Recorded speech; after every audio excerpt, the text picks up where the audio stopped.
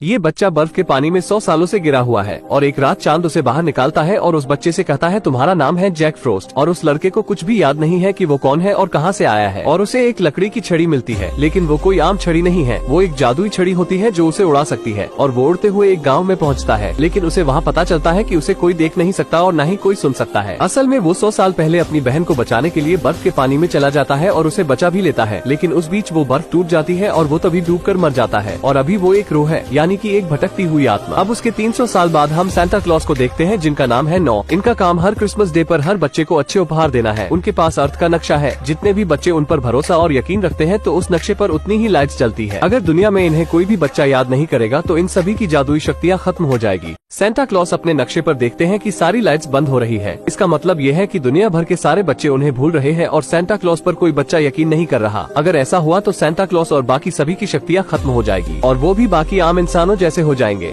लेकिन वो देखते हैं कि एक बुरी शक्ति ऐसा कर रही है। सांता क्लॉज इसे देखकर काफी ज्यादा हैरान होते हैं और बुलाते हैं अपने ही तरह 3 गार्डियंस को, जिनका काम बच्चों को खुश करना है। ये टूथ फेरी है जो बच्चों के टूटे हुए दांतों के बदले उन्हें पैसे दिया करती है। सेटी मैन बच्चों को अच्छे अच्छे ख्वाब दिखाता है। और ये है ईस्टर बनी जो ईस्टर पर सारे बच्चों को कलरफुल एग्स देता है, जिससे बच्चे खुश हो जाते हैं। और सभी गार्डियन साथ में होते हैं तो चांद इन्हें बताता है कि बुरी ताकतें इस दुनिया में आ चुकी है और उसी से बचने के लिए चांद ने एक बच्चे की आत्मा को चुना है जिसका नाम है जैक फ्रोस्ट। और सभी गार्डियन साथ में होते हैं तो चांद इन्हें बताता है कि बुरी ताकतें इस दुनिया में आ चुकी है और उसी से बचने के लिए चांद ने एक बच्चे की आत्मा को चुना है जिसका नाम है जैक फ्रोस्ट। धरती पर सभी बच्चों की माँ ने अपने बच्चों को बताया है कि जैक फ्रोस्ट नाम का कोई नहीं है, वो तो सिर्फ कहानियों में है। जैक फ्रोस्ट को कोई देख और सुन नहीं सकता और वो चाहता था कि बच्चे उस पर भी यकीन और एतबार करें, इसलिए वो बच्चों के ऊपर बर्फ के गोले से खेलता है ताकि कोई तो उसे महसूस कर सके। और जब रात को बच्चों के घर जाता है इस उम्मीद में कि कोई तो जैक फ्रोस्ट को याद कर रहा होगा, लेकिन वो थोड़ा उदास हो जाता है क्योंकि कोई भी बच्चा जैक फ्रोस्ट को जानता नहीं था। और एक बच्चे का दांत टूट गया था और वो टूथ फेरी के आने का इंतजार कर रहा था। और सेंटीमैन बच्चों को रात में अच्छे ख्वाब दिखा रहा था, लेकिन तभी वहाँ बुरी ताकत आकर बच्चों के सपने खराब कर देता है। और सेंटीमैन के घोड़े को अपने वश में करके उससे कहता है कि सारे बच्चों के सपने में जाकर उन्हें डराओ। जैक फ्रोस्ट उदास होकर बाहर खड़ा था, लेकिन कुछ ही देर में सांता क्लॉज के भेजे गए 2 लोग पकड़कर सांता क्लॉज के पास लाते हैं, जहाँ सभी गार्डियंस इकट्ठे थे। और यहीं पर जैक फ्रोस्ट को पता चलता है कि उसे भी चांद ने एक गार्डियन बना दिया है जो बच्चों को खुश करेंगे और उनका ख्याल रखेंगे। जैक फ्रोस्ट को जब सांता क्लॉज और बाकी गार्डियंस के पास लाया जाता है तो जैक फ्रोस्ट को पता चलता है कि चांद ने उसे भी एक गार्डियन चुना है। जैक फ्रोस्ट कहता है कि गार्डियंस हमेशा मेहनत का काम करते हैं और मुझे गार्डियंस बनकर कोई मेहनत का काम नहीं करना। वो ये भी कहता है कि चांद को जब मुझे गार्डियन चुनना था तो उसने खुद मुझसे कुछ कहा क्यों नहीं। और तभी उन्हें पता चलता है कि टूथ महल पर किसी ने हमला कर दिया है। सभी गार्डियंस टूथ महल की तरफ निकल जाते हैं और वो देखते हैं कि बुरी शक्तियाँ टूथ फेरिस को कैद करके ले जा रही है। ये टूथ फेरी का महल है जहाँ वो सारे बच्चों के टूटे हुए दांत रखती है। जैक फ्रोस्ट एक फेरी को बचा लेता है, लेकिन जब महल में पहुँचता है तो सभी को पता चलता है सारे बच्चों के दांत और सारी फेरिस को बुरी शक्ति कैद करके ले जा चुकी है। और फिर सामने आता है वही जो बच्चों को डराना चाहता है और सभी गार्डियंस को खत्म करना चाहता है। ये वो बुरी शक्ति है जो बच्चों के सपने में आकर उन्हें डराती है और गार्डियंस उन्हें खुश करते हैं और उन्हें अच्छे ख्वाब दिखाते हैं। वो बुरी शक्ति चाहता है कि कोई बच्चा गार्डियंस को याद नहीं करेगा तो इनकी शक्तियाँ खत्म हो जाएगी और ये बच्चों को कभी खुश नहीं कर पाएंगे और सारी दुनिया पर बस डर का खौफ होगा। और वो जैक फ्रोस्ट को अपने साथ करना चाहता अच्छाई को खत्म करने के लिए। अगर वो दोनों मिल गए तो बुराई और डर से कोई जीत नहीं सकता, लेकिन जैक फ्रोस्ट सिर्फ बच्चों की खुशी चाहता है। टूथ फेरी जो काफी ज्यादा उदास थी क्योंकि एक काले साए ने और सभी बच्चों के टूटे हुए दांतों को और सभी टूथ फेरिस को कैद करके ले जा चुका था। टूथ फेरी जैक फ्रोस्ट को बताती है कि वो सभी बच्चों के दांत काफी ज्यादा जरूरी है क्योंकि सारे दांतों में बच्चों की यादें जुड़ी है और उनमें से एक दांत तुम्हारा भी है। ये बात सुनकर जैक फ्रोस्ट किसी भी हालत में उन सभी दांतों को वापस लाना चाहता है क्योंकि उसे जानना है कि वो कौन है, क्योंकि उसे 300 साल बाद गार्डियन बनाने के बाद कुछ याद नहीं था। और टूथ फेरी थोड़ी कमजोर होने लगी थी क्योंकि दुनिया भर के बच्चों से उसका एतबार हटने लगा था, क्योंकि इस रात फेरिस बच्चों के दांत लेने गई ही नहीं। अगर इन पर कोई एतबार और भरोसा नहीं करेगा तो इनकी सारी शक्तियाँ खत्म हो जाएंगी और यह बाकी आम इंसानों जैसे मर जाएंगे। अब टूथ फेरी को बचाने के लिए सभी गार्डियन से एक योजना बनाते हैं कि हम बच्चों के दांतों को इकट्ठा करेंगे ताकि टूथ फेरी पर बच्चे एतबार करें और वो जिंदा रहे। और जैक फ्रोस्ट अपना दांत लेने के लिए उनके साथ शामिल हो जाता है। सभी गार्डियंस बच्चों का दांत लेकर और उसके बदले कुछ खिलौने रख देते हैं। कोई ये फेरी का काम था। अब आखिरी बच्चा बचता है, लेकिन वो उठ जाता है और सभी गार्डियंस को देख लेता है सिवाय जैक फ्रोस्ट को, क्योंकि उसे बाकी गार्डियंस पर एतबार था लेकिन जैक फ्रोस्ट पर नहीं। अब टूथ फेरी को बचाने के लिए सभी गार्डियंस एक योजना बनाते हैं कि हम बच्चों के दांतों को इकट्ठा करेंगे ताकि टूथ फेरी पर बच्चे एतबार करें और वो जिंदा रहे। सभी गार्डियंस बच्चों का दांत लेकर और उसके बदले कुछ खिलौने रख देते हैं जो ये फेरी का काम था। अब आखिरी बच्चा बचता है, लेकिन वो उठ जाता है और सभी गार्डियंस को देख लेता है सिवाय जैक फ्रोस्ट को, क्योंकि उसे बाकी गार्डियंस पर एतबार था लेकिन जैक फ्रोस्ट पर नहीं। फिर वो सेंटीमैन को देखता है जो बच्चों को सुलाने का काम करता है। वो उस बच्चे को सुलाने के चक्कर में सभी गार्डियंस को सुला देता है सिवाय जैक फ्रोस्ट को। फिर वो बुरा साया जैक फ्रोस्ट और सेंटीमैन पर हमला करता है और दूसरी तरफ एक इंसानी लड़की सांता क्लॉज का बॉल लेकर नॉर्थ पोल का रास्ता खोल देती है जहाँ सांता क्लॉज का घर है और वो बच्ची उसी में चली जाती है। अब सभी गार्डियंस उससे लड़ने के लिए आते हैं और वो बुरा साया सेंटीमैन को अपनी बुरी ताकत से खत्म कर देता है। वो जैक फ्रोस्ट पर पूरी ताकत से हमला करता है, लेकिन जैक अपनी बर्फीली शक्ति से उस काले साये को जमा देता है और वो बुरा साया वहाँ से चला जाता है और सैंटी मैन को छोड़कर सभी गार्डियंस बच जाते हैं, क्योंकि सभी गार्डियंस की शक्तियाँ बहुत कम हो चुकी थी।